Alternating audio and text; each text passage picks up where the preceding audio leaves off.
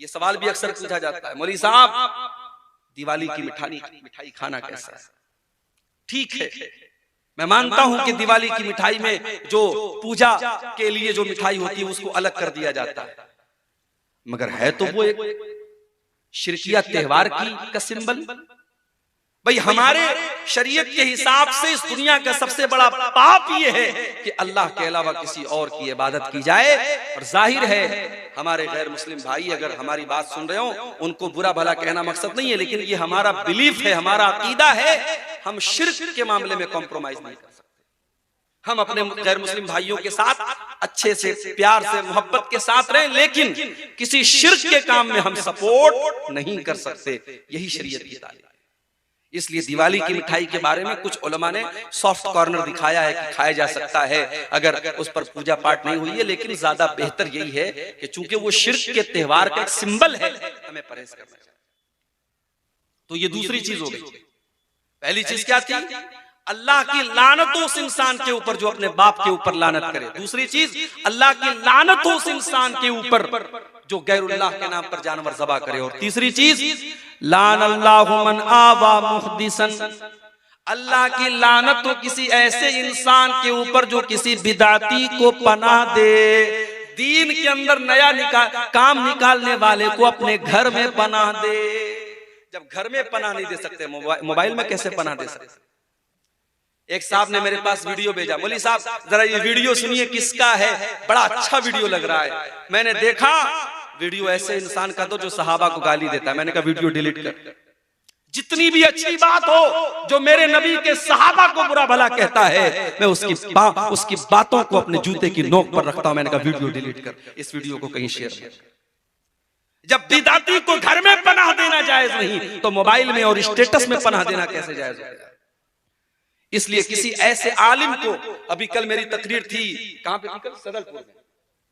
वहां कलकत्ता से एक साहब तकरीर करने के लिए आए थे। मौजू रिवायत, मनगढ़ंत रिवायत बयान कर रहे हैं। मैंने तकरीर में कहा, अहले हदीस के स्टेज पर ऐसे लोगों को मत बुलाओ मेरे भाई। क्या हो गया है हमारी कौम को? अभी एक जलसे में मैंने सुना ऐसे मुकर्रिर को बुलाया जा रहा है जिसके बाकायदा यूट्यूब के ऊपर भजन मौजूद है, जो गैरुल्लाह के लिए भजन गाता है और गैरुल्लाह के लिए जो है अल्लाह के अलावा दूसरों की तारीफ में वो लंबे लंबे कसीदे पढ़ता है और कुफरिया बातें करता है। उसको आज हमारी जमात अहले हदीस के और शेरशाबादी के स्टेज पर बुलाया जाता है। ये शर्म की बात नहीं मेरे भाई। अकीदा भी कोई चीज होती है, ईमान भी कोई चीज होती है। हमारे स्टेज का एक वकार है, एक सम्मान है, एक डिग्निटी है, एक पहचान है, एक आइडेंटिटी है। उसको बर्बाद मत करो मेरे भाई।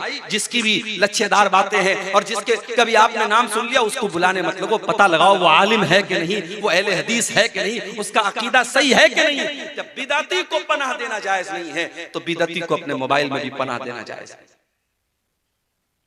चौथी चीज, वलान अल्लाहु मन गय्यर मनारल अर्ज़ी, और अल्लाह ताला की लानत उस इंसान के ऊपर जो जमीन के निशानों को मिटा दे, जो अपने खेत के निशान को मिटा करके पड़ोसी के खेत पर नाजायज कब्जा कर ले, अपनी जमीन के कागजात में हेर फेर करके अपने भाई की जमीन पर नाजायज कब्जा कर ले, जमीन के निशानात को मिटा ले, उस इंसान के ऊपर अल्लाह की लानत हो। अच्छा, मुझे एक बात समझ में नहीं आती, किसी की जमीन हड़प कर आप क्या लेके जाएंगे मेरे भाई? मान लो आपने किसी की जमीन नाजायज तरीके से हड़प ली, आपको तो जाना है 2 गज जमीन में ना, उससे ज्यादा तो नहीं मिलेगी आपको। अब वो जमीन आपकी औलाद, आपके बच्चे फायदा उठाएंगे। आप खुद भी गुनहगार हुए, आपके बच्चे भी गुनहगार होंगे, और आपको मिलने वाली भी चीज नहीं है, आप तो कब्र ही में जाएंगे। ऐसी जमीन जायदाद के लालच का क्या करना है मेरे भाई?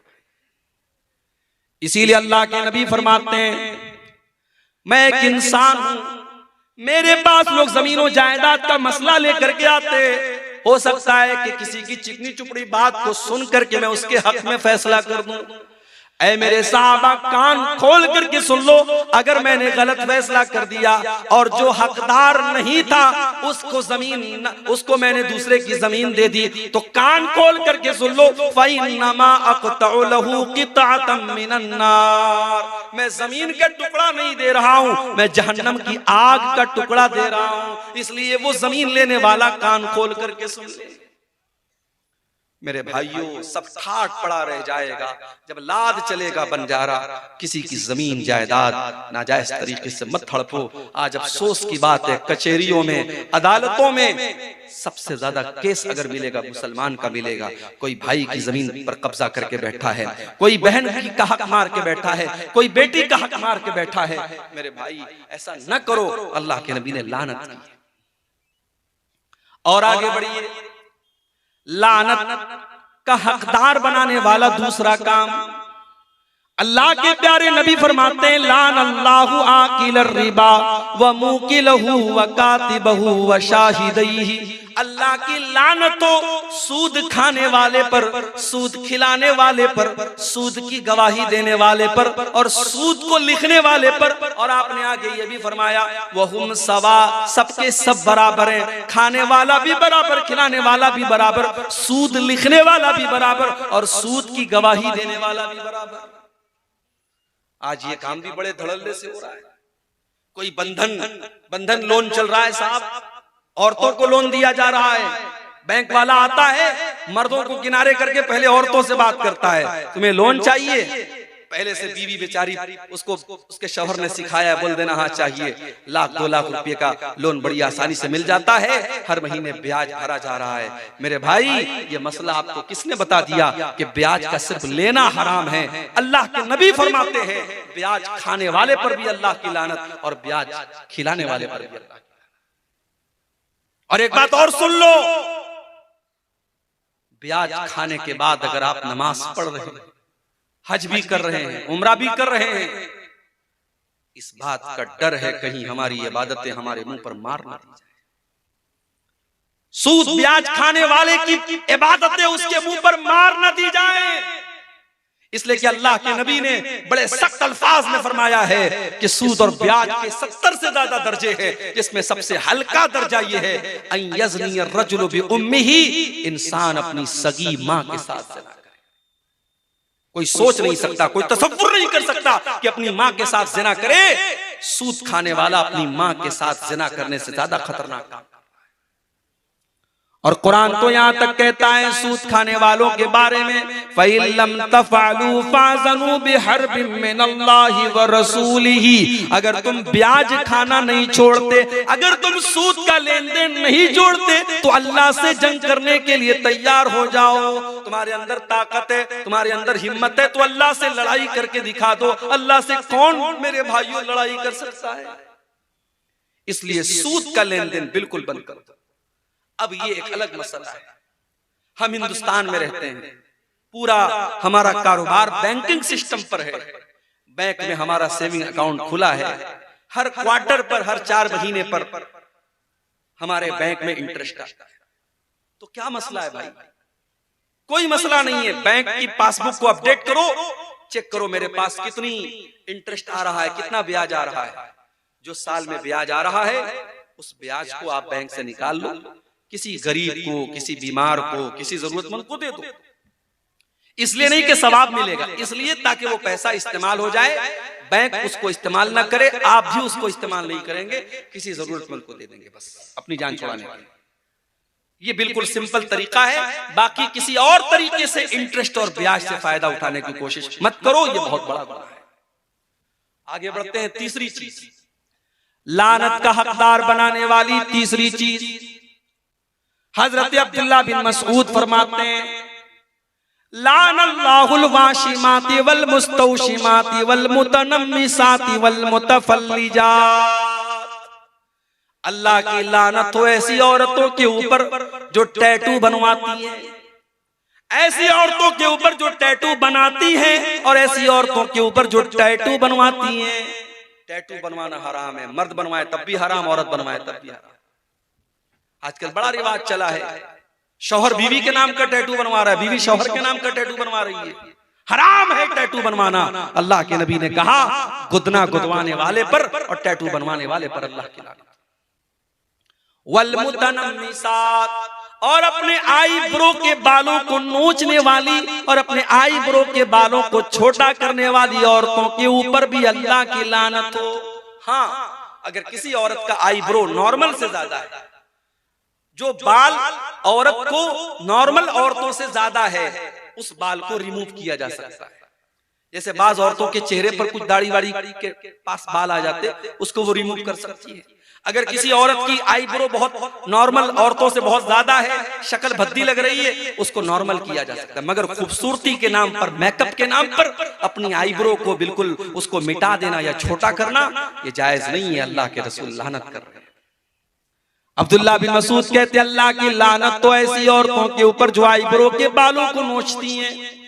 वल मुतफल्लिजात, और अल्लाह की लानत तो ऐसी औरतों के ऊपर जो अपने बालों के बीच में गैपिंग करवाती हैं। उस जमाने में मेकअप का तरीका ये भी था, बालों के दांतों के बीच में गैपिंग करवाते थे। लेकिन आज दांतों के बीच में गैपिंग तो नहीं होती है। हाँ, कुछ लड़कियों के या औरतों के दांत जो हैं थोड़े टेढ़े होते हैं, बाहर की तरफ निकले होते हैं, तो उसको डेंटिस्ट के जरिए सीधा करवाया जा सकता है, क्योंकि वो भद्दा लगता है, वो नॉर्मल नहीं है। तो जो चीजें नॉर्मल नहीं है उसको ठीक किया जा सकता है, लेकिन नॉर्मल को बिगाड़ करके एब नॉर्मल करना ये सही नहीं।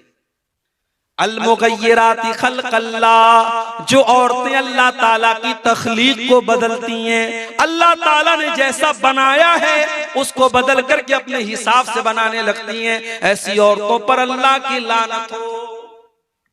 ये किसने बयान किया? अब्दुल्ला बिन मसूद ने, बहुत बड़े सहाबी अब्दुल्ला बिन मसूद।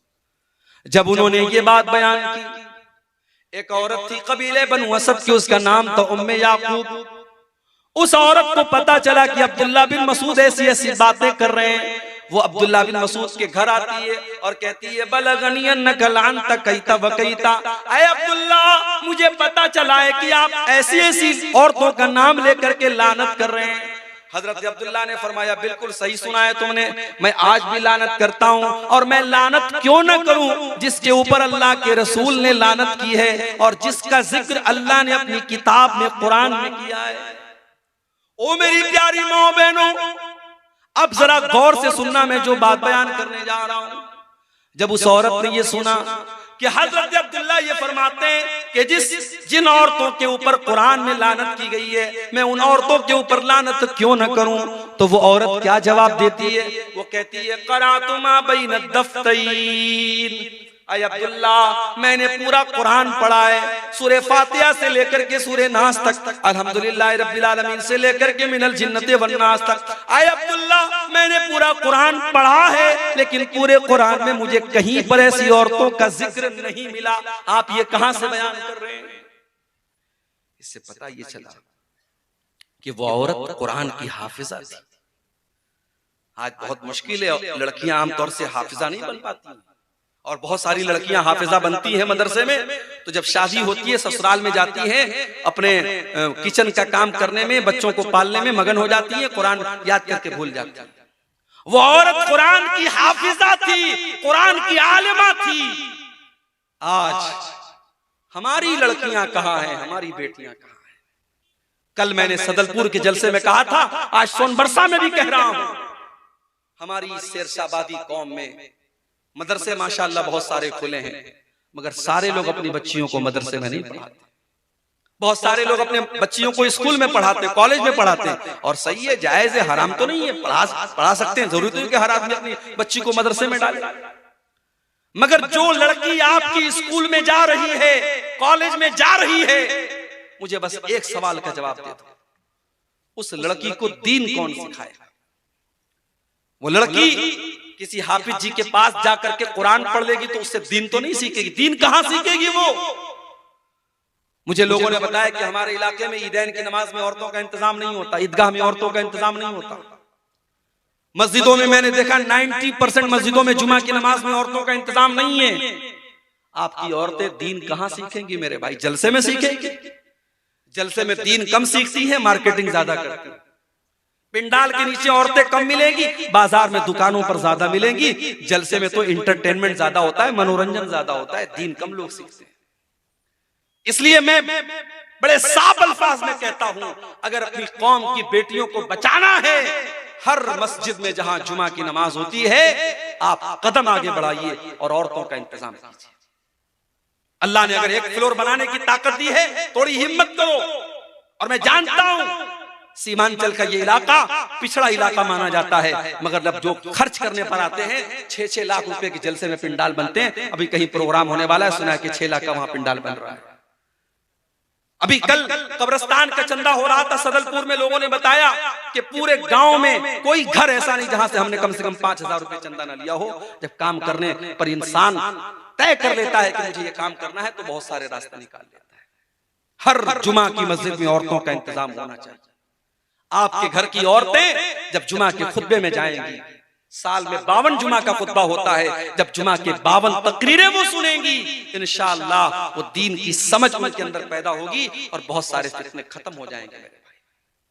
इसी तरीके से ईदगाह में और ईद की नमाज में भी आप औरतों का इंतजाम कीजिए, पर्दे का बीच में इंतजाम कीजिए, पिंडाल लगवाइए, कुछ भी कीजिए, मगर आप औरतों का इंतजाम कीजिए। अगर नहीं करते हैं तो बंद कर दीजिए अपने आप को अहले हदीस कहना। अहले हदीस सिर्फ आमीन जोर से बोलने वाले का नाम नहीं है। अहले हदीस सिर्फ सीने पर हाथ मारने वाले का नाम नहीं है। अहले हदीस उसको कहते हैं जो कुरान और हदीस पर चलने वाला हो। अगर आपकी औरतें ईदैन की नमाज में उनके लिए आपने इंतजाम नहीं किया है, अल्लाह के आपको जवाब देना पड़ेगा, आपने क्यों इंतजाम किया। वो औरत, उसका नाम उम्मे याकूब था, उसने कहा अब्दुल्ला, मैंने तो पूरा कुरान पढ़ा है, पूरे कुरान में मैंने कहीं पर भी उन औरतों का तस्करा नहीं पाया जिन औरतों का नाम ले लेकर के आप लानत कर रहे हैं। हजरत अब्दुल्ला ने फरमाया, अगर तूने ढंग से कुरान पढ़ा होता तो जरूर तुझे मिल जाता। क्या तूने कुरान के अंदर ये आयत नहीं पढ़ी, वमा आताकुमुर रसूल फखुजुहु वमा नहाकुम अन्हु फंतहु। मेरा नबी तुमको जो दे दे ले लो, और मेरा नबी जिससे मना कर दे रुक जाओ। ऐ खातून, मेरे नबी ने ऐसी औरतों का नाम लेकर के लानत की है। जब मेरे नबी ने लानत की है तो समझो अल्लाह ने लानत की है, क्योंकि अल्लाह कह रहा है मेरा नबी जो दे दे ले लो, मेरा नबी जिससे मना कर दे रुक जाओ। कहती है हाँ, अब आपकी बात समझ में आई। उसके बाद वो औरत कहती है, ऐ अब्दुल्ला, मुझे पता चला है आपके घर की औरतें भी टैटू बनवाती है, मुझे पता चला है आपके घर की औरतें भी आईब्रो सेट करवाती है। हजरत अब्दुल्ला ने कहा, जाओ, मेरे घर की अगर किसी औरत का तुम्हें ये अमल मिल जाए तो आकर के मुझे बताओ। वो औरत घर में जाती है। पता ये भी चला नबी के दौर में तकरीर करने वाले का अपना अमल भी तकरीर के मुताबिक होता था। आज अल्लाह माफ फरमाए, बातें बहुत बड़ी बड़ी हैं, मगर जब अंदर झांक के देखो तो पता लगता है कि सिर्फ बातें ही बातें हैं, अमल बड़ा कमजोर है। हजरत अब्दुल्ला ने चैलेंज देकर के, जाओ, अगर मेरी कोई बीवी अगर ये काम करते हुए पाई गई, मैं अपने साथ उसको नहीं रखूंगा। औरत अंदर से आती है, कहती है माफी चाहती हूँ, माजरत चाहती हूँ, आपके घर के बारे में गलत रिपोर्ट मिली थी। कहा अगर मेरी कोई बीवी ऐसा काम करती ना तो मैं उसको अपने निकाह में बाकी न रखता, फिर वो अब्दुल्ला की बीवी न होती, मैं अपने घर में ऐसी औरत को नहीं रखता। तो मेरे भाइयों, मेरी माँ और बहनों, ये तीसरा काम है जिसके करने वाले पर अल्लाह के रसूल ने लानत की है। जो औरतें गुदना गुदवाती हैं, टैटू बनवाती हैं या आईब्रो सेट करती हैं, ऐसी औरतों पर भी अल्लाह के रसूल ने लानत की है। और आगे बढ़िए, नंबर 4, तस्वीर बनाने वाले के ऊपर भी अल्लाह के रसूल ने लानत की है। आपने फरमाया, लानल्लाहुल मुसव्विर, अल्लाह की लानत तो तस्वीर बनाने वालों के ऊपर। आपने ये भी फरमाया कि क़यामत के दिन सबसे दर्दनाक अज़ाब तस्वीर बनाने वालों को होगा। युज़ाहिऊन खल्क़ल्लाह, क्योंकि तस्वीर बनाने वाले अल्लाह की तख्लीक का मुकाबला करते हैं। अब यहाँ पे सवाल पैदा हुआ, अब्दुल गफ्फार साहब, अगर तस्वीर बनाना हराम है, आप खुद सेल्फी क्यों लेते हैं? आपके साथ नौजवान सेल्फी ले रहा है, आप सेल्फी लेने की इजाजत क्यों देते हैं? तो भाई ये मसला भी समझ लो कि कैमरे की तस्वीरों के बारे में उलमा का इख्तिलाफ है। कुछ उलमा तो कहते हैं कि जब तस्वीर का नाम आ गया तो कैमरे की तस्वीर भी उसके अंदर शामिल है, वो भी हराम है। लेकिन बहुत सारे उलमा का ये कहना है कि कैमरे की तस्वीर वो तस्वीर नहीं है जिसका हदीस के अंदर जिक्र किया गया है, क्योंकि हदीस में ये कहा गया कि तस्वीर बनाने वाला अल्लाह की तख्लीक का मुकाबला करता है। जैसे अल्लाह ने हमारे हाथ बनाए, अल्लाह ने हमारे पैर बनाए, तो पेंटिंग बनाने वाला जब पेंटिंग बनाता है तो वो हाथ भी बनाता है, वो पैर भी बनाता है, वो चेहरा भी बनाता है, वो नाक भी बनाता है। फोटो खींचने वाला तो कोई काम नहीं करता, वो तो कैमरे को क्लिक करता है और फोटो खींच लेता है। तो कैमरे के अंदर जो फोटो आता है वो दर हकीकत एक शैडो है, एक अक्स है, वो तस्वीर नहीं है जिसके ऊपर हदीस में लानत की गई है। बहरहाल ये उलमा की एक बड़ी जमात का फतवा है, इसलिए कैमरे की तस्वीर के बारे में गुंजाइश है। और हमारे जो भाई हमारे साथ सेल्फी लेते हैं तो हम इसलिए इजाजत दे देते कि चलो भाई, आज के जमाने में लोग फिल्मी हीरो को अपना हीरो मानते हैं, कोई क्रिकेटरों को अपना हीरो मानता है। अगर हमारा नौजवान अपने उलमा को अपना हीरो मानता है और अपने दीन का काम करने वाले दुआत के साथ वो सेल्फी लेने को अपने लिए शौक की चीज समझता है तो हम बहुत सख्ती नहीं करते हैं। लेकिन फिर भी तस्वीरों के मामले में हमें एहतियात करनी चाहिए। और अपनी बहनों से कहना चाहूंगा, आपका तस्वीर लेकर के उस तस्वीर को कहीं पर भी शेयर करना ये बिल्कुल सही नहीं है। हमारी बहुत सारी मुसलमान बहनें वो अपने स्टेटस पर अपनी तस्वीर लगाती, नया कपड़ा पहना जल्दी से इंस्टाग्राम पे फोटो डाल दिया, फेसबुक पर फोटो डाल दिया। आपके इसी कटिहार और पूर्णिया की कई मुसलमान लड़कियों को मैं जानता हूं जो बहुत फेमस हैं, इंस्टाग्राम पर बहुत फेमस हैं, फेसबुक के ऊपर बहुत फेमस हैं। वो इसके पहले जब टिकटॉक चलता था उनके वीडियोस बड़े वायरल होते थे। मुसलमान लड़कियां हैं और छोटे छोटे क्लिप बना करके वो शेयर करती हैं।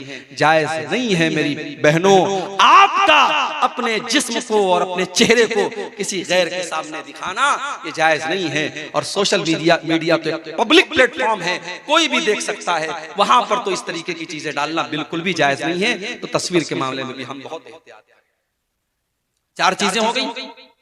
नंबर 5, अल्लाह के नबी के सहाबा की को बुरा भला कहने वाले के ऊपर भी अल्लाह की लानत होती है। अल्लाह के प्यारे नबी फरमाते मन सब्बा अस्हाबी, जो मेरे सहाबा को बुरा भला कहता है, जो मेरे सहाबा को गाली देता है, फअलैहि लानतुल्लाहि वल मलाइकति वन नासी अजमईन, उसके ऊपर अल्लाह की लानत हो, उसके ऊपर इंसानों की लानत हो, उसके ऊपर फरिश्तों की लानत हो।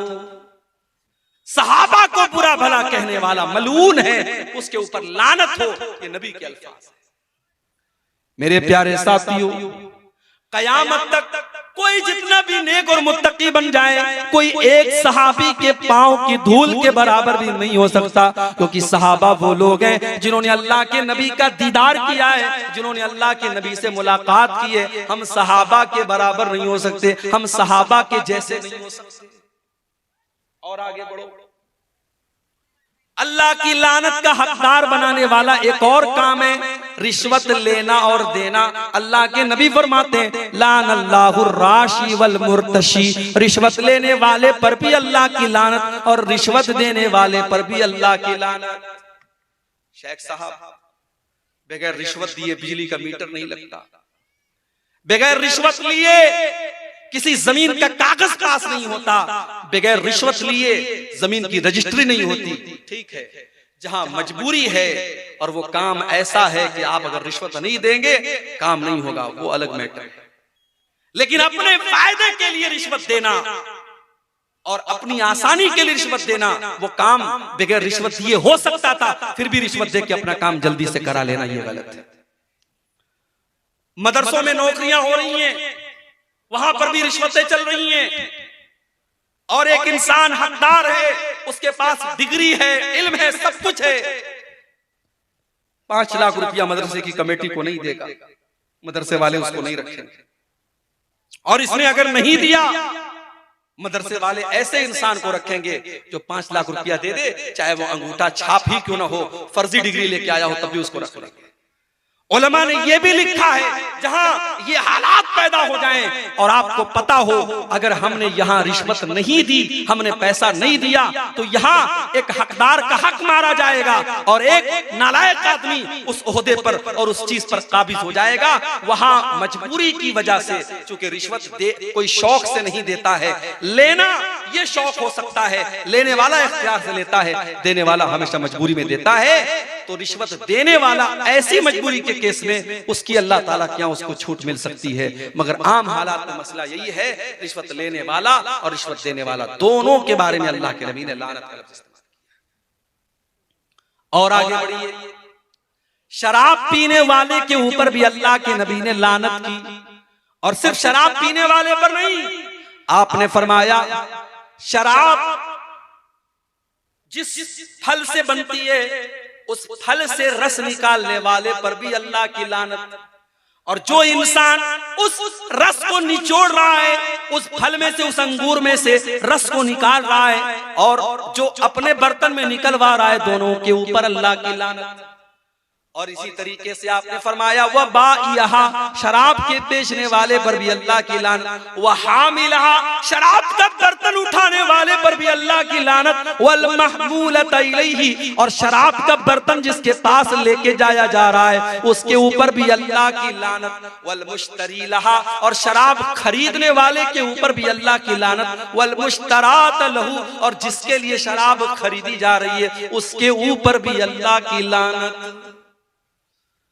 बड़े बड़े 5 स्टार होटलों में शराब भी परोसी जा रही है और कोल्ड ड्रिंक भी परोसी जा रही है। मैं कहता हूं ऐसे होटलों में जाना ही नहीं चाहिए। बनारस में बहुत बड़ा होटल है, ताज होटल, बनारस का सबसे बड़ा होटल है। मुझे लोगों ने बताया वहां सुअर का गोश्त भी मिलता है, बकरे का गोश्त भी मिलता है। मैंने कहा यार जब सुअर का गोश्त और बकरे का गोश्त दोनों मिलता है तो जाहिर है किचन तो एक है, बर्तन तो एक है, पकाने वाला उसी बर्तन में मटन पका रहा है और उसी बर्तन में पोर्क पका रहा है। मैंने कहा अल्लाह की कसम मैं कभी किसी ऐसे होटल में खाने को पसंद नहीं खाना चाहिए मेरे। शराब का मामला बहुत खतरनाक है।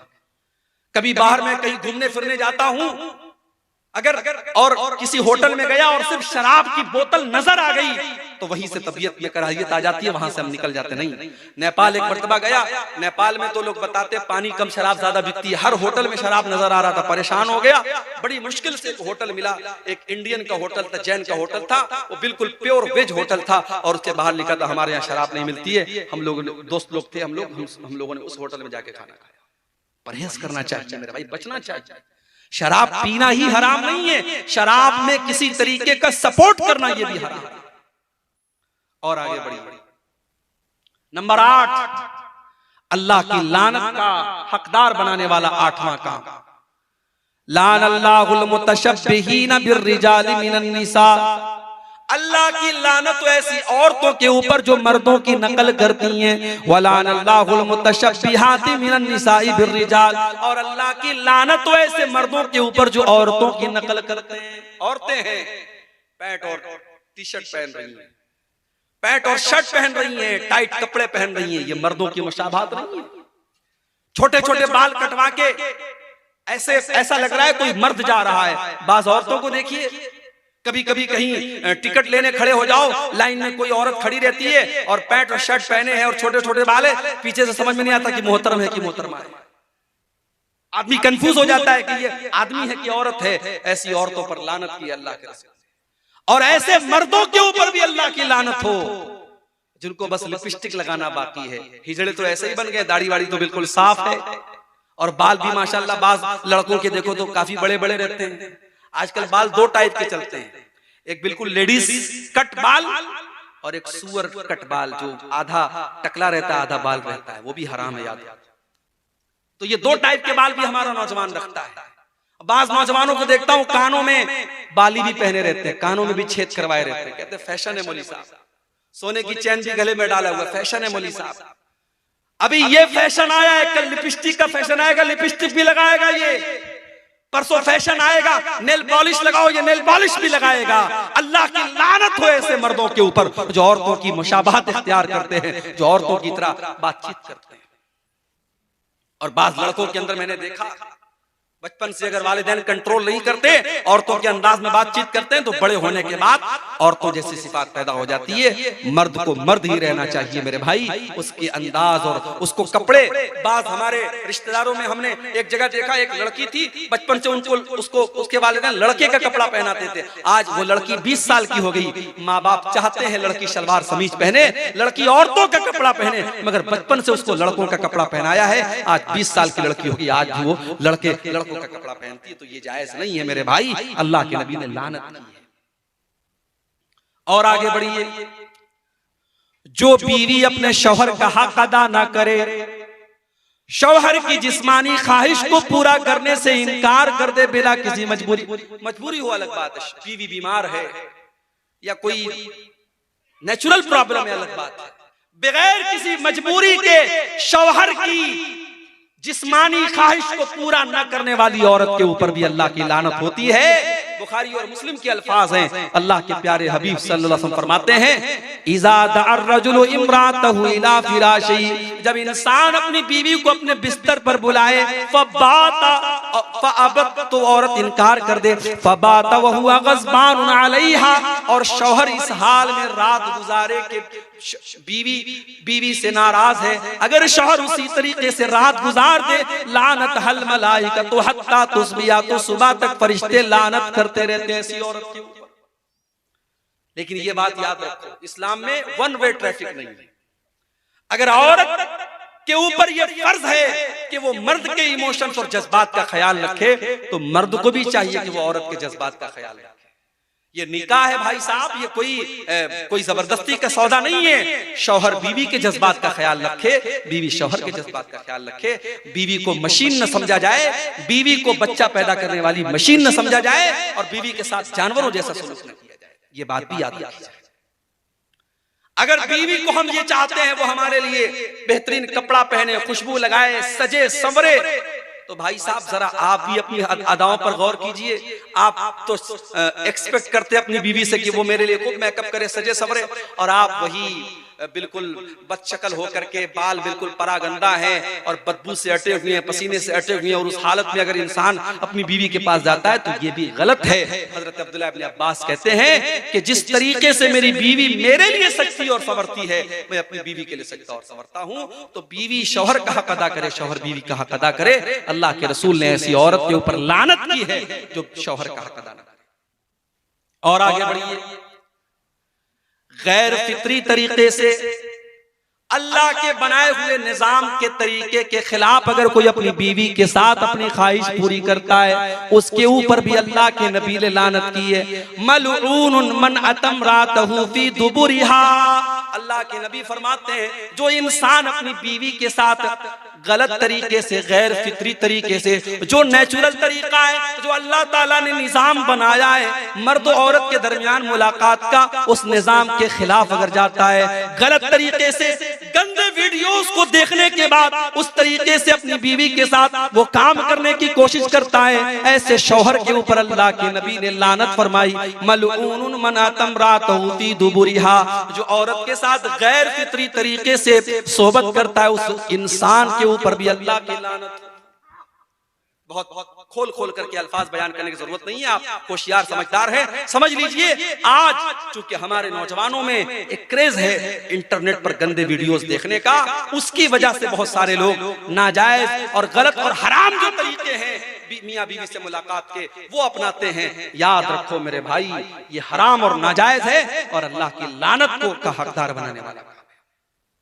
और आगे बढ़िए, नंबर 11, अल्लाह की लानत का हकदार बनाने वाला 11वां काम, किसी कब्र के ऊपर सजदा करना या किसी कब्र के ऊपर मस्जिद बना लेना। कलियाचक में एक मस्जिद है, अहले हदीस की मस्जिद है, वहां बाकायदा मस्जिद के अंदर कब्र है, कब्र मस्जिद के अंदर है और नमाज हो रही थी, मैं गया, मुझसे इमाम साहब ने धीरे से कहा, मौलवी साहब यहाँ कब्र है, आप थोड़ा सा तकरीर में बोल दीजिएगा। बहुत सारे उलमा यहाँ बोल के गए लेकिन इस्लाह नहीं। मैं गया, मैंने खुलेआम तकरीर में कहा ये हराम है और आपकी नमाज खतरे में पड़ रही है, आपकी नमाज कबूल नहीं होगी अगर आप मस्जिद के अंदर से इस कब्र को नहीं निकालेंगे।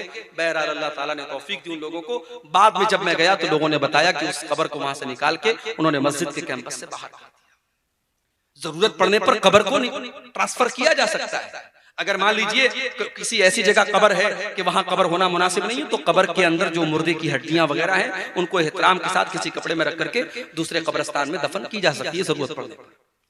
तो कब्रिस्तान के ऊपर मस्जिद नहीं बन सकती और मस्जिद में कब्र नहीं बन सकती।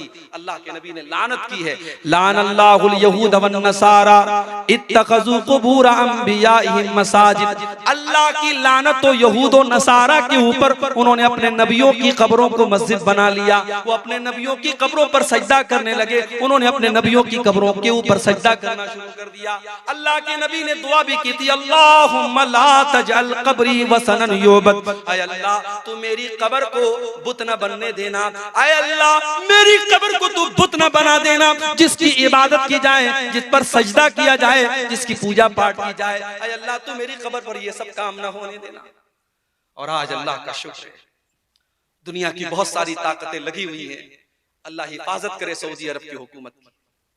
आज अगर ये हुकूमत ना होती तो शायद जो मंजर हम अजमेर में देखते हैं, जो मंजर हम हिंदुस्तान में बुजुर्गों की कब्रों पर देखते हैं, शायद उससे कहीं ज्यादा खतरनाक मंजर मदीने का होता और नबी की कब्र पे सजदे हो रहे होते। वहां 24 घंटे पुलिस के लोग खड़े हैं, सिक्योरिटी के लोग खड़े हैं, और अगर कोई किसी भी तरीके का शिरकिया काम करने की कोशिश करता है, सिक्योरिटी के लोग फौरन उसको वहां से भगा देते हैं, निकाल देते हैं। तो मेरे भाइयों, कब्र के ऊपर मस्जिद बनाना या कब्र के ऊपर सजदा करना, ये भी अल्लाह की लानत का हकदार बनाने वाला काम। नंबर 12,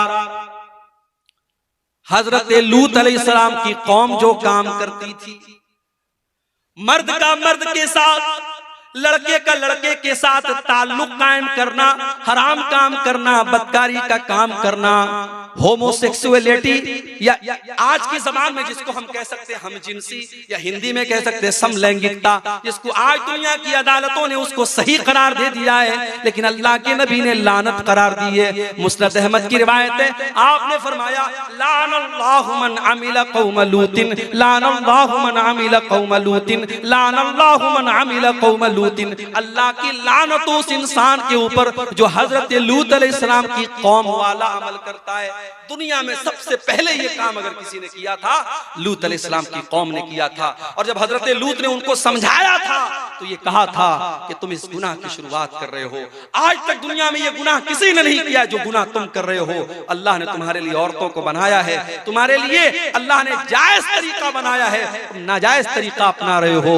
तो कौम के लोगों ने मजाक उड़ाया था और कहा था ये तो बड़े पाक साफ लोग हैं, ये तो अपने आप को बड़े साफ सुथरे समझते हैं। और अल्लाह का जब अजाब आया मेरे भाई, पत्थरों की बारिश होती है, उस कौम के ऊपर पत्थरों की बारिश होती है और पूरी कौम को अल्लाह ताला उलट देता है और पूरी कौम का नामो निशान मिट जाता है।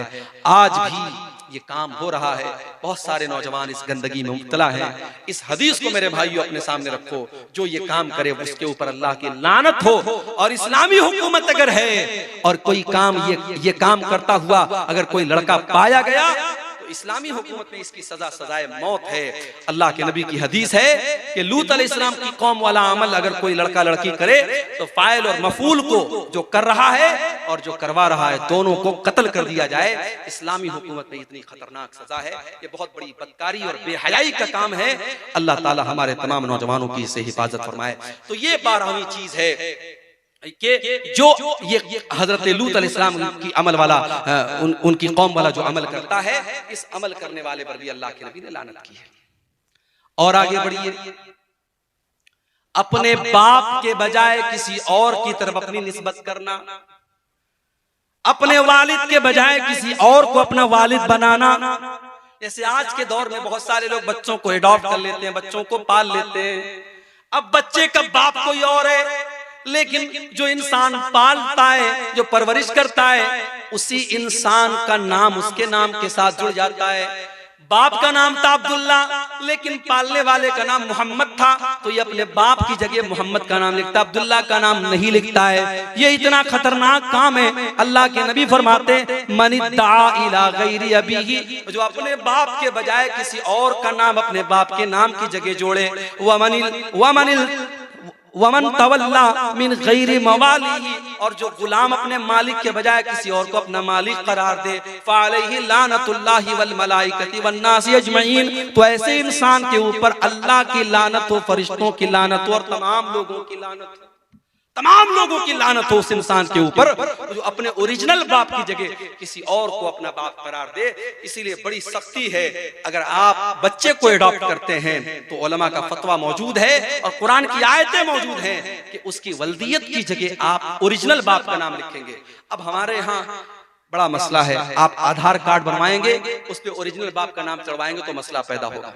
तो आधार कार्ड वगैरह में मजबूरी के तौर पर आप अपना नाम जोड़ सकते हैं, मगर जहां इस्लामी पॉइंट ऑफ व्यू से जरूरत पड़ेगी, मिसाल के तौर पर निकाह के टाइम या मिसाल के तौर पर कोई गवाही के टाइम, तो वहां वल्दियत में जो ओरिजिनल बाप है उसी का नाम दिया जाएगा। पालने वाला, परवरिश करने वाला वो बाप नहीं हो सकता है। उसको एहतराम में वो लड़का बाप, अब्बा जान कह सकता है, अब्बू कह सकता है, पापा कह सकता है, मगर ओरिजिनल उसका जो बाप है वो वही रहेगा जिसने उसको जन्म दिया है, जो उसका बाप है। इसी तरीके से 14वीं चीज मेरे भाइयों जो अल्लाह की लानत का हकदार बनाती है, हलाला करने वाला और करवाने वाला। हलाला समझते हैं? नाम सुना है हलाला का? किसी ने 3 तलाक दे दी अपनी बीवी को, एक साथ 3 तलाक। हमारे यहाँ मसला क्या है कुरान और हदीस की रोशनी में? अगर कोई एक साथ 3 नहीं 300 तलाक दे दे वो एक ही मानी जाएगी। क्यों? क्योंकि तलाक एक मर्तबा में एक ही होती है, एक से ज्यादा नहीं होती है। तलाक का एक प्रोसेस है। अगर किसी ने अपनी बीवी को तलाक दिया है तो अब 3 महीने तक वो दूसरी तलाक नहीं दे सकता। 3 महीने तक वो दूसरी तलाक दे ही नहीं सकता। अगर 3 महीने के अंदर वो दूसरी तलाक देगा तो वो दूसरी नहीं मानी जाएगी। एक तलाक देगा इंसान, अब 3 महीने का टाइम है। अगर 3 महीने के अंदर रुजू कर लिया, अच्छी बात है, रुजू कर लिया, बीवी रहेगी। अगर 3 महीना गुजर गया और रुजू नहीं किया तो निकाह खत्म हो गया, नया निकाह होगा, नया मेहर होगा, फिर आइंदा कभी जिंदगी में झगड़ा होगा और तलाक देगा, वो दूसरी तलाक होगी। यहाँ सारा सिस्टम गड़बड़ कर दिया, तलाक तलाक तलाक, गुस्से में बीवी को तलाक तलाक बोल दिया। अब अपने मौलवी साहब के पास गया, मौलवी साहब ने कहा हलाला कराना पड़ेगा, हलाला कराना पड़ेगा। और हलाला का तरीका क्या है? एक रात के लिए तुम्हारी बीवी किसी से शादी करेगी, एक रात तक वो साथ में रहेगा और अगले दिन वो तलाक दे देगा, फिर औरत इद्दत गुजारेगी, फिर तुम उससे शादी करेगी। ये कितनी खुल्लम खुल्ला, कितनी बड़ी बेगैरती और बेहयाई और ज़िनाकारी है। और आज पूरी दुनिया में इस्लाम की इमेज को खराब करने का काम किया है। कितनी फिल्में बनी है इसके ऊपर, कितनी वेब सीरीज बनी है इसके ऊपर। हलाला इतना गंदा काम है मेरे भाइयों। अल्लाह के नबी ने फरमाया लानल्लाहुल मुहल्लिल वल मुहल्लल लहू, हलाला करने वाले पर और हलाला करवाने वाले पर दोनों के ऊपर अल्लाह की लानत हो। और एक और हदीस में अल्लाह के नबी ने फरमाया कि क्या मैं तुमको ऐसे इंसान के बारे में न बताऊं जो किराए का सांड होता है? सहाबा ने कहा अल्लाह के नबी किराए का सांड कौन होता है? आपने फरमाया जो हलाला करवाता है, हलाला करवाने वाला, अपनी बीवी को किसी गैर के बिस्तर पर भेजने वाला, और वो इंसान किराए का सांड होता है जो ये काम करता है। तो हलाला करने वाला भी और हलाला करवाने वाला भी, दोनों पर अल्लाह की लानत। और आखिरी चीज जो बयान करके हम बात खत्म करेंगे मेरे भाइयों, जिस इंसान के ऊपर अल्लाह के नबी ने लानत की है, मेरी माँ और बहनों आपसे कहना चाहता हूँ, अल्लाह के नबी ने फरमाया लानल्लाहु ज़व्वारातिल क़ुबूर, अल्लाह की लानत ऐसी औरतों के ऊपर जो कब्रों की बहुत ज्यादा ज़ियारत करती हैं। कभी कभार इबरत के तौर पर अगर औरतें कब्रिस्तान चली जाएं, अपनी माँ की कब्र पे, अपने बाप की कब्र पे, अलग बात है, लेकिन बहुत ज्यादा कब्रिस्तान पे जाने वाली और कब्रों की जियारत करने वाली औरतों के ऊपर अल्लाह के नबी ने लानत की है। आपने फरमाया लानल्लाहु ज़व्वारातिल क़ुबूर, कब्रों की बहुत ज्यादा जियारत करने वाली औरतों के ऊपर अल्लाह की लानत हो। आज हिंदुस्तान में कितनी हमारी मुसलमान बहनें हैं, उन पर फतवा है मस्जिद में नहीं जा सकती। मुझे याद है इसी बिहार में गया एक जगह है, गया के एक मौलाना साहब थे, इंतकाल हो गया, अल्लाह माफ करे।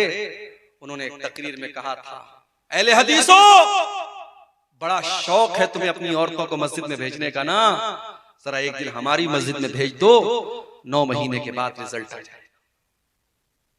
एक इंसान, एक आलिम तकरीर कर रहा है और मिंबर पर और स्टेज पर बैठकर इतनी गंदी और घिनौनी बात कर रहा है, मेरे भाइयों क्या तसव्वुर किया जा सकता है कि मस्जिद में कोई इतना गंदा काम करेगा? अहले हदीसों ने अगर अपनी मस्जिदों में औरतों के लिए अलग से इंतजाम किया है तो इस कौम ने हमेशा मजाक उड़ाया और इस तरीके से गंदी गंदी बातें कही। मगर आज जब पूरे हिंदुस्तान में लाखों की तादाद में मुसलमान औरतें जब मुर्तद होने लगी और इस्लाम को छोड़ करके दूसरे मजहब में जाने लगी और बाप दादा की नाक कटवाने लगी, तब धीरे धीरे कुछ फतवे आने लगे, कुछ जुबानें खुलने लगी और दिल्ली से फतवा आया और कहां से फतवा आया कि हाँ साहब औरतों को भी मस्जिद में भेजना चाहिए, पर्दे का इंतजाम हो तो औरतें जा सकती हैं। अब फतवे में थोड़ी नरमी आई है।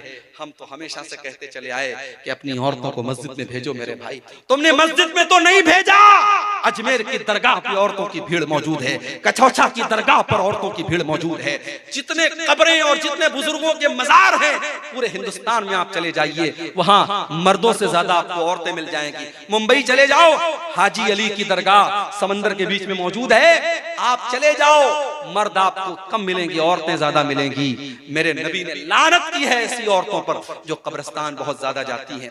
कभी कभार इबरत के तौर पे चली जाएं अलग बात है, मगर इन दरगाहों पर, इन कब्रों पर, इन मजारों पर कोई इबरत के लिए नहीं जाता है। वहां अय्याशी होती है, वहां शिर्क होता है, वहां हरामखोरी होती है। मेरे भाइयों, हमारी औरतों को इस चीज से बचना चाहिए और हमें अपनी औरतों को इससे बचाना है।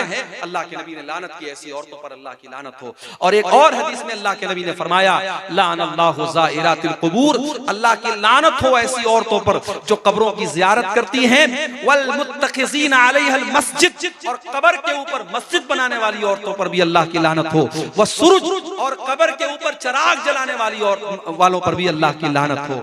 तो मेरे भाइयों, ये लानत के हकदार बनाने वाले चंद काम थे जो कुरान और सुन्नत की रोशनी में मैंने आपके सामने बयान किए हैं। और आखिर में यही कहूंगा कि हर वो गुनाह जिससे अल्लाह ने रोका है, हर वो गुनाह जिससे नबी ने रोका है, उससे इंसान लानत का हकदार बनता है। हम और आप अगर अपने ईमान की सलामती चाहते हैं और हम ये चाहते हैं कि दुनिया और आखिरत में हम कामयाब हों, तो हम इन कामों से अपने आप को बचाएं।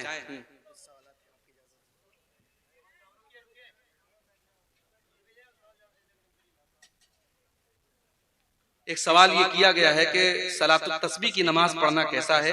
रमजान में खास तौर पर लोग इसको पढ़ते हैं। देखिए, सलातुत तस्बीह के बारे में जो हदीस आई है, उस हदीस के बारे में खुद उलमा के दरमियान आपस में इख्तिलाफ है। कुछ उलमा का कहना है हदीस सही है, कुछ उलमा का कहना है हदीस ज़ईफ है। लेकिन जो सलातुत तस्बीह का तरीका है नमाज का, वो तरीका बिल्कुल अलग है आम नमाजों से, और उसकी जो फजीलत है वो भी बिल्कुल अलग है। और उसमें जो ऑप्शन दिया गया कि जिंदगी में एक बार पढ़ लो, साल में एक बार पढ़ लो, रोजाना पढ़ लो, ये ऑप्शन भी किसी और इबादत के बारे में नहीं दिया गया है। इसीलिए शेख अब्दुल अजीज इब्न बाज वगैरह का, शेख इब्न उसैमीन वगैरह का फतवा है कि ये नमाज सही नहीं है। जो नमाजें साबित हैं, जैसे चाश्त की नमाज है, जैसे तहज्जुद की नमाज है, और जैसे आम सुन्नत और नफिल नमाजें हैं, वो हमारे लिए काफी हैं। हम उसी का एहतमाम करें। जिस नमाज के बारे में इतना इख्तिलाफ है, उससे हम अपने आप को बचाएं। कोई नापाक जानवर या हराम करदा जानवर कपड़े पर बैठता है तो क्या वो कपड़ा नापाक हो जाता है? सिर्फ बैठने से नापाक नहीं होगा। नापाक जानवर अगर आपके कपड़े से टच हो गया तो वो आपका कपड़ा इस तरीके से नापाक नहीं हो जाएगा जब तक कि उसकी कोई नापाकी आपके बदन पे न लगे। जैसे अगर मान लीजिए कुत्ता है, भीगा हुआ है, वो टच कर गया तो जहां कपड़े में टच कर गया उसको धुल लीजिए। लेकिन सूखा है और टच कर गया तो कोई हरज की बात नहीं, उससे आपका कपड़ा नापाक नहीं। इसी तरीके से कौवा है, चील है, वगैरह वगैरह। कब्रिस्तान की जमीन पर नमाज जनाजा पढ़ना कैसा है? अगर कब्रिस्तान की जमीन है लेकिन वहां पे कब्र नहीं है तो पढ़ सकते हैं। जैसे कुछ कब्रिस्तानों में मैंने देखा कि मुसल्ला अलग होता है, जनाजे की नमाज पढ़ने के लिए एक अलग से स्पेसिफिक जगह होती है। अगर ऐसी जगह है तब तो ठीक है, और अगर वहां पे कब्रें मौजूद हैं और वहां पे आप जनाजे की नमाज पढ़ रहे हैं तब तो ये मुनासिब नहीं है, ये सही नहीं है। ठीक है। 1 बीघा जमीन 30,000 में किराए पे लेना 1 साल के लिए कैसा है? अब भाई ये खेती बाड़ी का मसला है, इसके बारे में आप अपने इलाके के उलमा से पूछ लें। खेती बाड़ी मैं करता नहीं हूं और ना मेरा इसमें एक्सपीरियंस है, इसके बारे में बताना थोड़ा मुश्किल है। अच्छा, सब एक ही सवाल है। ठीक है, अल्लाह ताला हम सबको नेक अमल की तौफीक अता फरमाए, कहने सुनने से ज़्यादा अमल की तौफीक अता फरमाए, आमीन। जिससे एक और सवाल है कि मनी पाक है या नापाक? अब ये बहुत टेक्निकल मसला है कि मनी पाक है कि नापाक है। बहुत सारे उलमा ने उसको पाक करार दिया है, लेकिन पाक होने का मतलब ये नहीं है कि मनी कपड़े में लगी है तो कोई हरज की बात नहीं। अगर कपड़े में लगी है तो बहरहाल उसको धुलना है, उसको साफ करना है। अब धुलने का तरीका, जैसे हजरत आयशा कहती हैं कि मैं खुरच देती थी, मनी लगी रहती थी कपड़े में, अल्लाह के रसूल सल्लल्लाहु अलैहि वसल्लम के मैं खुरच देती थी, तो पता चला कि खुरचने से भी वो पाक हो जाती है। जैसे जूते में गंदगी लग जाए तो हदीस में बताया कि जूते को जमीन पर रगड़ो,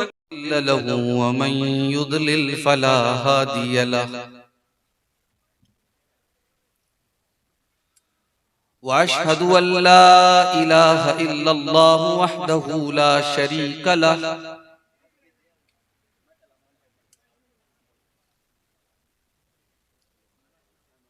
वअशहदु अन्ना मुहम्मदन अब्दुहु व रसूलुहु।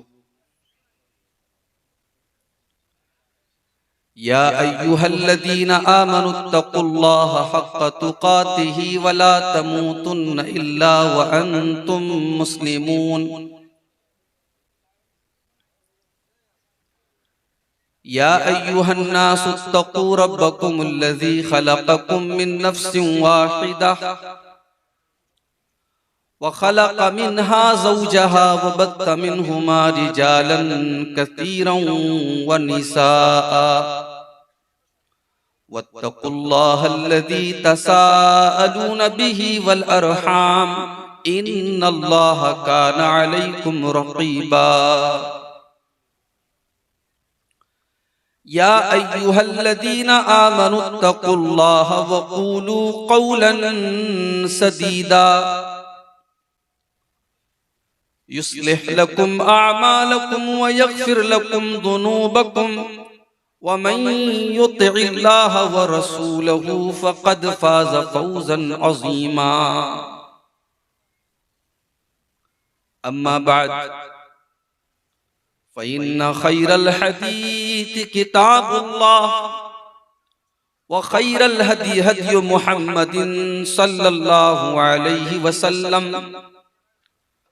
व शर्रल उमूरि मुहदसातुहा व कुल्ल मुहदसतिन बिदअह व कुल्ल बिदअतिन ज़लालह व कुल्ल ज़लालतिन फिन्नार।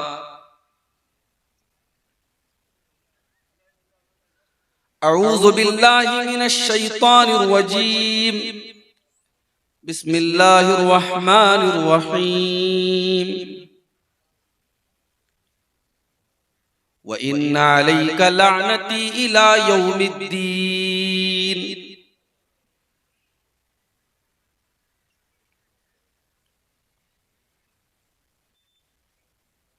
सदर मोहतरम,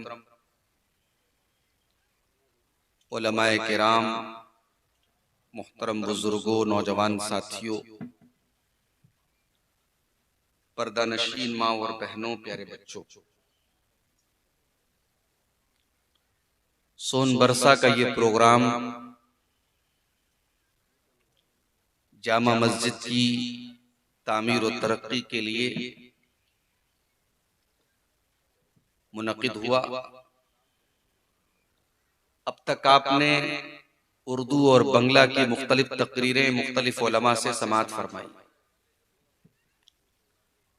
अभी मुझसे पहले बंगला जुबान के बड़े मीठे और बड़े बेहतरीन खतीब शेख मुनव्वर हुसैन आसामी हफिज़हुल्लाह से आपने बंगला जुबान में तकरीर समाअत फरमाई।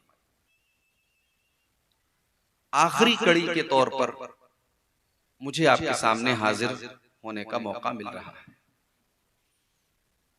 आज की तकरीर का टॉपिक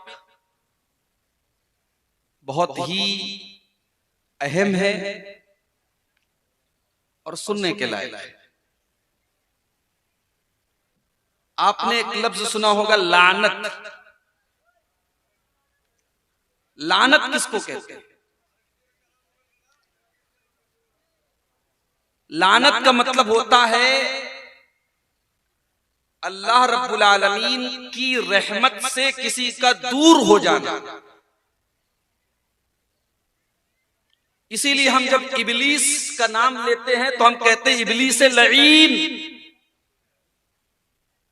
इबलीस वो शख्स है जो अल्लाह तबारक व तआला की रहमत से दूर हो गया। कुरान करीम में अल्लाह ताला ने जब हजरत आदम अलैहिस्सलाम का और इबलीस का वाकया बयान किया और अल्लाह ने फरमाया कि जब हमने आदम को पैदा किया और फरिश्तों को हुक्म दिया कि तुम आदम के आगे सजदा करो, तो सारे फरिश्तों ने सजदा किया, इबलीस ने सजदा नहीं किया। इबलीस हालांकि फरिश्ता नहीं था, जिन था, मगर फरिश्तों के साथ रहता था। इसलिए जब अल्लाह ने फरिश्तों को हुक्म दिया तो इबलीस भी उस हुक्म में शामिल था, मगर उसने सजदा नहीं किया। क़ाला मा मनाका अन तस्जुद लिमा खलक़तु बियदैया अस्तकबरता अम कुन्त मिनल आलीन। अल्लाह ने फरमाया, इबलीस, जिस आदम को मैंने अपने हाथों से पैदा किया है और जिसको मैंने सजदा करने का तुमको हुक्म दिया था, ऐ इबलीस, तुमने मेरा हुक्म क्यों नहीं माना? तुमने आदम के आगे सजदा क्यों नहीं किया? अब अस्तकबरता, ऐ इबलीस, क्या तू बहुत बड़ा घमंडी अपने आप को समझता है? क्या तू बहुत घमंड कर रहा है? क्या तू अहंकार कर रहा है? क्या तू तकब्बुर कर रहा है? अम कुन्त मिनल आलीन, या तू बहुत बड़ा हो गया है, तू बहुत ऊंचा हो गया है, तू अल्लाह के हुक्म को भी नहीं मान रहा है। इबलीस ने जवाब दिया, क़ाला अना खैरुम मिन्हु खलक़तनी मिन नारिन व खलक़तहु मिन तीन। कहा, अल्लाह, मैं आदम के आगे क्यों सजदा करूं? तूने आदम को मिट्टी से बनाया और मुझे तूने आग से पैदा किया। ऐ अल्लाह, आग का काम तो ऊपर जाना है और मिट्टी का काम तो नीचे जाना है। मिट्टी तो पांव के नीचे हुआ करती है। ऐ अल्लाह, जब आदम से मैं बेहतर हूं तो मैं आदम के आगे सजदा क्यों करूं? मैं नहीं करूंगा। इसीलिए उलमा कहते हैं कि दुनिया में सबसे पहले अगर अल्लाह तबारक व तआला के हुक्म के मुकाबले में अगर किसी ने लॉजिक और क़यास पेश किया था तो वो इबलीस था। अल्लाह के हुक्म के आने के बाद अब कोई लॉजिक नहीं चलेगी मेरे भाई। दीन लॉजिक का नाम नहीं है, दीन कुरान और सुन्नत का नाम। इसीलिए हजरत अली कहा करते थे, लौ कान दीनो बिर्राई लकाना अस्फलल खुफ्फी अहक्क बिल मस्सी। हजरत अली कहते हैं, अगर दीन की बुनियाद लॉजिक पर होती, अगर दीन की बुनियाद अकल के ऊपर होती, तो मोजे पर जब हम मसा करते हैं तो मोजे के निचले हिस्से पर मसा करते, ऊपर न करते। गंदगी तो नीचे लगी होती है, गर्दो गुबार तो नीचे लगा होता है, डस्ट तो नीचे लगा रहता है, मगर हम ऊपर मसा करते हैं। हजरत अली कहते हैं, ये दलील है इस बात की कि दीन की बुनियाद लॉजिक पर और अकल पर नहीं है। दीन अकल, अल्लाह और उसके रसूल के हुक्म के आने के बाद अब अकल नहीं चलाना है। सबसे पहले अगर अकल चलाई थी तो इबलीस ने चलाई। का मैं क्यों सजदा करूं आदम के आगे? मैं आग से पैदा हूं, आदम मिट्टी से पैदा है, मैं नहीं कर सकता। क़ाला फ़ख़्रुज मिन्हा फ़इन्नका रजीम। अल्लाह तबारक व तआला फरमाता है, ऐ इब्लीस, जब तूने मेरा हुक्म नहीं माना तो निकल जा तू जन्नत से, और तू निकल जा फरिश्तों के पास से, और तू निकल जा मेरी रहमत से। आज के बाद तू शैतान रजीम बन गया, तू शैतान मरदूद बन गया। जब भी दुनिया तेरा नाम लेगी तो शैतान रजीम कहेगी, शैतान मरदूद कहेगी। व इन्ना अलैका लानती व इन्ना अलैका लानती इला यौमिद्दीन। और ऐ इब्लीस, अब कयामत तक तेरे ऊपर मेरी लानत बरसती रहेगी, तू मेरी रहमतों से दूर रहेगा। अब कयामत तक तू मेरी रहमत का हकदार नहीं बन सकता, तू हमेशा हमेशा के लिए मेरी रहमतों से दूर हो गया। तो लानत का मतलब होता है अल्लाह की रहमत से दूर होना। अब यहां एक मसला और समझ लीजिए, शरीयत में गुनाह दो टाइप के होते हैं। एक होते हैं छोटे मोटे गुनाह और एक होते हैं बड़े गुनाह। छोटे मोटे गुनाह को क्या कहा जाता है? सगीरा। और बड़े गुनाहों को क्या कहा जाता है? कबीरा। अब कबीरा गुनाह की पहचान क्या है? बहुत सारी पहचान है। उसमें एक पहचान ये है कि जिस गुनाह का नाम लेकर के लानत की गई हो, कुरान में हदीस में जिस गुनाह के बारे में ये कहा गया हो इसके करने वाले पर अल्लाह की लानत, तो समझ जाओ कि वो गुनाह कबीरा है, वो बहुत बड़ा गुनाह है। और जब तक हम तौबा नहीं करेंगे वो माफ होने वाला नहीं। इतनी बात समझ में आ गई। अब एक बात और समझ लो, लानत किसी खास इंसान के ऊपर नहीं कर सकते, लानत किसी बुरे काम पर कर सकते हैं। मिसाल के तौर पर जो नमाज ना पढ़े उसके ऊपर अल्लाह की लानत, जो शराब पिए उसके ऊपर अल्लाह की लानत, जो झूठ बोले उसके ऊपर अल्लाह की लानत। इस तरीके से हम जनरल अंदाज में, कॉमन अंदाज में हम लानत कर सकते हैं। मगर किसी इंसान को टारगेट करके, कोई नमाज नहीं पढ़ता, हम उससे जाकर कहें तू नमाज नहीं पढ़ता तेरे ऊपर अल्लाह की लानत हो। कोई जुआ खेलता है, कोई शराब पीता है, हम उससे जाकर के कहें कि तू शराब पीता है, तू जुआ खेलता है, तेरे ऊपर अल्लाह की लानत, तो ये जायज नहीं है, ये सही नहीं है। किसी एक इंसान को टारगेट करके आप लानत नहीं कर सकते। लानत हम आम अंदाज में, एक जनरल अंदाज में, कॉमन अंदाज में हम कर सकते। अच्छा, किसी चीज को लानत नहीं कर सकते। एक मर्तबा एक सहाबी जा रहे थे, रास्ते से बहुत तेज हवा चल रही थी। अब जब हवा बहुत तेज चली तो उनकी चादर उनके कंधे से गिर गई। उन्होंने हवा के ऊपर लानत भेजी, कहा लानत तो इस हवा के ऊपर, इसके चक्कर में मेरी चादर गिर गई। अल्लाह के नबी के कानों में सहाबी के जुमले पड़ गए। कहा ला तलानहा, ऐ मेरे सहाबी तुम हवा के ऊपर लानत मत भेजो, तुम हवा के ऊपर लानत मत करो। फ़इन्नहा मामूरतुन, हवा अपने मन से नहीं चलती है, हवा तो अल्लाह ताला के हुक्म से चला करती है। ऐ मेरे सहाबी, एक हवा के ऊपर भी तुम्हें लानत करने का अधिकार नहीं है। अगर तुमने किसी के ऊपर लानत की और वो चीज लानत के लायक नहीं है तो लानत लौट करके तुम्हारे पास आ जाएगी। तो किसी को हम लानत नहीं कर सकते, किसी इंसान को, किसी चीज को टारगेट करके लानत नहीं कर सकते। बुरे अमल के ऊपर हम लानत कर सकते हैं। अब आज की मेरी तकरीर का जो टॉपिक है, हम ऐसी कुछ चीजें देखेंगे, कुछ एक्टिविटीज देखेंगे कुरान और सुन्नत की रोशनी में, जिनके करने वाले पर अल्लाह की लानत की गई है। मैं इंशाअल्लाह 15 चीजें बयान करूंगा। अगर आप सब्र से सुनेंगे, सुकून से सुनेंगे, 15 चीजें बयान करके मैं इजाजत ले। तो शुरू करते हैं बिना टाइम वेस्ट किए। पहली चीज जिस पर अल्लाह के नबी ने लानत की है, किसी जमीन या जगह के निशान को मिटाने वाला। मिसाल के तौर पर आपका खेत है, आपके खेत के बगल में आपके पड़ोसी का खेत है। अब आप क्या कर रहे हैं, बाउंड्री को आप मिटा रहे हैं ताकि आप उसके खेत में 2-4 मीटर 2-4 फीट आप उसके खेत में बेईमानी कर लें। जमीन के निशान को मिटाना ये भी लानत वाला काम है। दलील क्या है? दलील बुखारी शरीफ की ये हदीस है। हजरत अली से किसी ने कहा, ऐ अली, अल्लाह के प्यारे नबी ने आपको जो राज की बातें बताई है वो हमको बता दीजिए। हजरत अली नाराज हो गए, कहा नहीं नहीं, अल्लाह के नबी ने कोई ऐसी बात हमें नहीं बताई है जो और लोगों को न बताई हो। हाँ, लेकिन एक मर्तबा अल्लाह के नबी ने 4 बातें मुझे बताई थी, हो सकता है ये बातें किसी और को न बताई हो। अल्लाह के नबी ने फरमाया, लानल्लाहु मन लान वालिदहु, अल्लाह की लानत हो उस इंसान के ऊपर जो अपने बाप के ऊपर लानत करता है।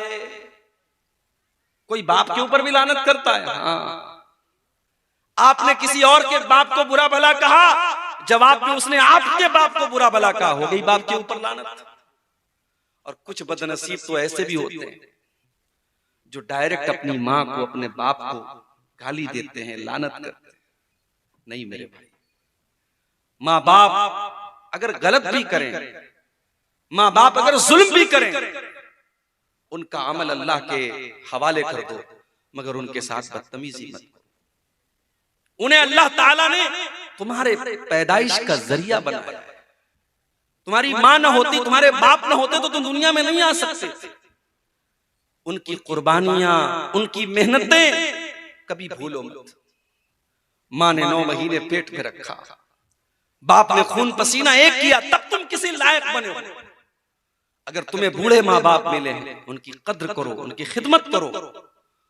इम्मा यबलुगन्ना इंदकल किबरा अहदुहुमा औ किलाहुमा फला तकुल लहुमा उफ्फिन वला तनहरहुमा वकुल लहुमा कौलन करीमा।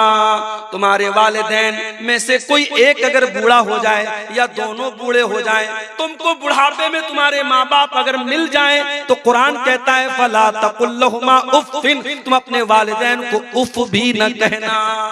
अरबी जबान में किसी को तकलीफ पहुंचाने के लिए सबसे हल्का अगर कोई लफ्ज है तो उफ है। अल्लाह ने कहा तुम्हें अपने वालिदैन को उफ भी नहीं कहना है।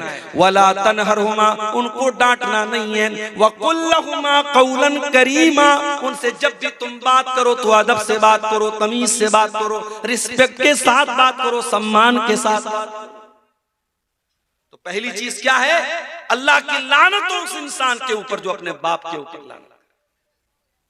दूसरी चीज वलानल्लाहु मन ज़बह लिग़ैरिल्लाह, और अल्लाह की लानत उस इंसान के ऊपर जो गैरुल्लाह के नाम पर जानवर ज़बह करता है। कोई ख्वाजा साहब के नाम से बकरा काट रहा है, कोई शेख अब्दुल कादिर जिलानी के नाम से बकरा काट रहा है, कोई अपने पीरों के नाम से बकरा काट रहा है, गैरुल्लाह के नाम पर जानवरों को ज़बह किया जा रहा है। नहीं नहीं मेरे भाई, जैसे सजदा अल्लाह के सिवा किसी और को जायज नहीं, जैसे दुआ अल्लाह ताला के अलावा किसी और के आगे जायज नहीं, उसी तरीके से कुर्बानी भी और जानवर को ज़बह करना भी अल्लाह के अलावा किसी और के लिए जायज नहीं है।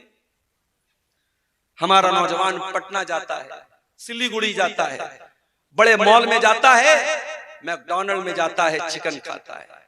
एक बार ये पता लगाने की कोशिश नहीं करता कि ये चिकन हलाल भी था कि नहीं था।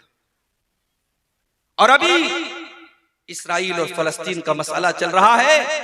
शायद आपने फोटो देखा होगा सोशल मीडिया पर कि मैकडॉनल्ड एक बड़ी तादाद में इस्राइल के फौजियों की मदद करने के लिए खाने पीने की चीजें भेज रहा है।